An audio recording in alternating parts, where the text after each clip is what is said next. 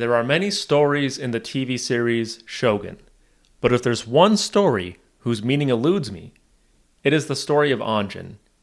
Here's how Anjin spends most of his time in the show. I wish to sail against the Portuguese. No. I could build your master a modern navy. No. Toranaga, I trained your regiment. Can I have my ship and men and leave? No. Why are you giving me all these titles and rewards? Is it because you want me to use my ship and men and wage war against the Portuguese? No. It looks like we're going to war. Will I be given maritime command during Crimson Sky? No. Your master is in trouble. Let me fix up the Erasmus and do something. No. Yabu, Toranaga has given up. Can I sail for you instead? No. Well, actually, yes, you can sail for me. Let's go talk to Ishido and set something up. Hell yeah. Ishido, Anjin is a skilled captain. Let him sail for you. No. It feels as though the writers wanted this character to feature prominently in the story, but there just wasn't enough space for him to really do anything of significance. Toranaga is going to pull out of the Council of Regents. He is going to declare war. He's going to surrender. And it's not as though Anjin is going to derail this train and stop Toranaga from surrendering. That would be ridiculous. But, he's an important character. He has to do something. So what's he going to do? He's going to have an interview with the boss man, asks for something, and then be brushed off. But hold on. The show isn't about him, and his role is to bring out other people's stories. Well, that's true, but even in that role, I still have some issues. I'll start with the story of Anjin and Toranaga. Here is a timeline of major events in the story of Anjin and Toranaga. Let's take a look at the first scene. My master says you should not war against the Portuguese in Japan. You are outnumbered, it is hopeless.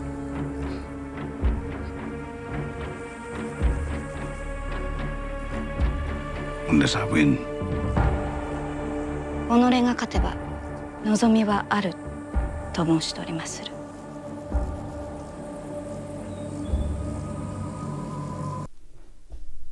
The line just doesn't make sense. You're probably going to lose. Unless I win. Okay. But I know why it's there. It's there because it's in the book. But in the book, Anjin explains to Toranaga that the Dutch rebelled against the Spanish. Then Toranaga says there's no justification for treason, which that action would have been. And then this is when Anjin says, unless you win. Unless you win, because if you win, you get to define what is and is not treason. So not only does the line make sense in the book, it has the added benefit of also directly relating to the central tension of the show, or the story. And that is because at any moment, the Council of Regents can legally order Toranaga to kill himself. And on the surface, what is Toranaga telling everyone? He's telling everyone, of course I would comply with that order. Of course I have no desire to be shogun. This is what he is saying on the surface. But when Anjin says this line, it speaks to Toranaga's secret heart, because, of course, he very much relates to the idea that winning can justify treason. So that's why the line is good. The scene in the show, it's not just there to transmit information from Anjin to Toranaga. Because think about it. What does Toranaga do with any of this information? The purpose of this scene is to establish this spark of interest. Toranaga sees something in Anjin beyond just seeing him as a pawn that could potentially be useful. He actually likes the guy. And this is the first moment where that spark is ignited. So in the show, you can tell by the music, you can tell by the look in people's faces that something happened here, but the line itself doesn't make any sense. Next, Anjin helps Toranaga escape Osaka. Toranaga gives Anjin the title of Hatamoto and asks him to train his men. Anjin asks for his ship and his men in return. And then after that, there is this diving scene. All right, this is another little change from the book. Okay, I actually like it when adaptations are creative and make changes from the source material, but not when it's just a direct downgrade with no upshot. So in this scene in the book, Toranaga is the one diving over and over again. He's becoming injured, belly getting red. He's showing his will, his determination. But in the show, for whatever reason, they've decided Toranaga is just going to order Anjin to dive over and over again and watch him. And then they're going to go swim off together after that. So I don't know what this scene shows in the show other than just them hanging out together. Like, is that the point of the scene? It's just, look at them, they're hanging out. That's cool. I don't know. So that is act one done. That is the two met, their relationship is set up. And my problem is that at this point, it isn't clear that there's anything going on in the relationship other than your typical captor-captive dynamic. You know, like, I guess you could say otherwise because the music told you to, but in terms of the actual writing, I don't think there's anything there. So how does their relationship play out over the course of the show? Anjin, from this point, is going to arrive in Ajiro. He's told his ship is Kinjuru, and he doesn't actually get to have his men. He feels bitter and betrayed, but he has no choice but to carry on. Then, later on, Toranaga returns to town. There is an earthquake, and Toranaga is swallowed up, and Anjin helps dig him out.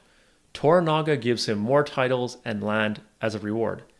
Anjin, like me, becomes confused at the point of the titles.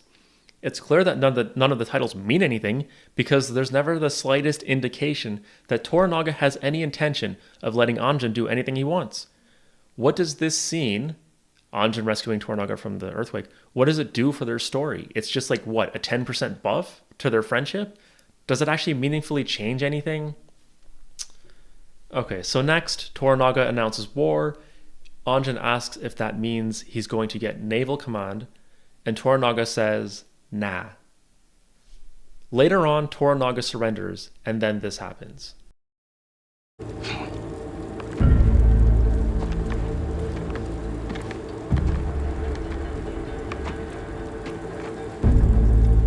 Behold the great warlord, brilliant master of trickery, who tricked his own loyal vassals into a noiseless smothering. This scene so clearly demonstrated what a massive gulf there was between the character the writers thought they had portrayed and the character that was actually in the show. Because what everybody in this meeting would be thinking, as Anjin is making this scene, is, who the fuck is this guy? Why the fuck is this outsider interrupting us? You know what? I am just pissed off that my master has given this guy titles and rewards, and his presence here is an insult and a joke. Get him out of here. I literally had secondhand embarrassment for Anjin in this scene because it's so ridiculous that he would do that. Like, this guy is dramatically interrupting the most important, like, life-altering moment of all of these people's lives. Like, what? Finally, we have the ending where Anjin confronts Toranaga, asking him to stop punishing some of the villagers. He starts yelling at Toranaga and telling him, I used you. I fed you shit. Did he? What shit did Anjin feed Toranaga? I literally had to pause this and stop and think and try and figure out what the writers were even trying to say in this scene because it made absolutely no sense to me. What lie did Anjin tell Toranaga? When did Anjin get one over Toranaga and trick him into doing something? And finally I realized they're talking about all those scenes I went over at the beginning where Anjin asked something of Toranaga and Toranaga was like, nah. You're telling me all those times you were asking him to do something and you had selfish motivations, Anjin? Well, who cares? You never got anything out of those requests. You're not even in the show. Like, you fed him shit? Yeah, fucking right, bro. Like, the scene was ridiculous. My God. Whatever. So Toranaga tells Yabu that he keeps Anjin around because he likes him. And this makes sense because Toranaga's struggle is between being a good person, taking care of his son, which of course he fails to do, taking care of his friends, Mariko, Anjin. These are things he wishes he could do, but he has to sacrifice for the greater goal of being a shaper of human destiny. This confession from Toranaga to Yabu would have been a lot more impactful if that mutual respect between Anjin and Toranaga in the first episodes of the show had been built better, and if there had been a deeper story between them. However, instead, throughout the episodes, when Toranaga honors Anjin, it feels hollow, and when he takes advantage of Anjin, it feels obligatory. Okay, let's look at the story of Anjin and Mariko.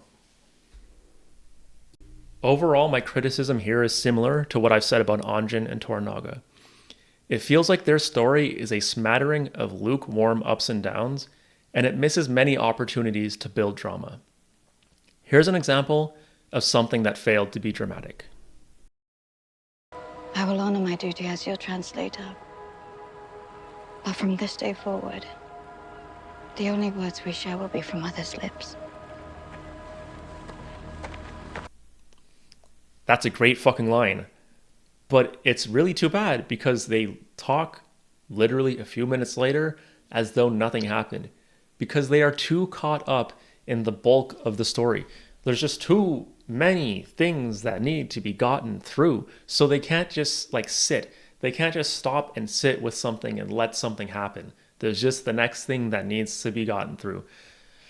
So overall, there just weren't enough scenes between the two of them. So many of their scenes are just Anjin asking Toranaga for something, or Mariko translating, and she's sitting there thinking why is he asking this bullshit thing? And I'm sitting there asking, why is he asking this bullshit thing? In episodes 7 and 8, they barely even talk to each other, other than Anjin asking Toranaga for something and Anjin asking Yabu for something. So there's this great romance that takes place in episode 4. Then Buntaro returns. And then we're at the ending. And it's okay, yeah, there's that tea house scene. But the tea house scene is Mariko mourning what can't be. There should have been more before that, so that there is something to mourn. There should have been more scenes that took place before that. Then we come to the end of their story. Anjin realizes Mariko is essentially on a suicide mission, and he begs her to stop. And if for nothing else, then just to do it to live for him. And think of Mariko's perspective. She was checked out. She probably always knew some kind of end like this was coming, and she completely accepted that. Then this guy comes along, ignites some feelings inside of her, and complicates something that she thought was going to be simple. That's a great story. But their last night together, him begging her to live for him, these moments could have been so much more bittersweet. Him feeling the void of her absence could have stung so much more if their romance had just been given more time and space to flourish. I guess for this romance and for this show, it just felt like there was so much more on the table. And that's why it was so disappointing.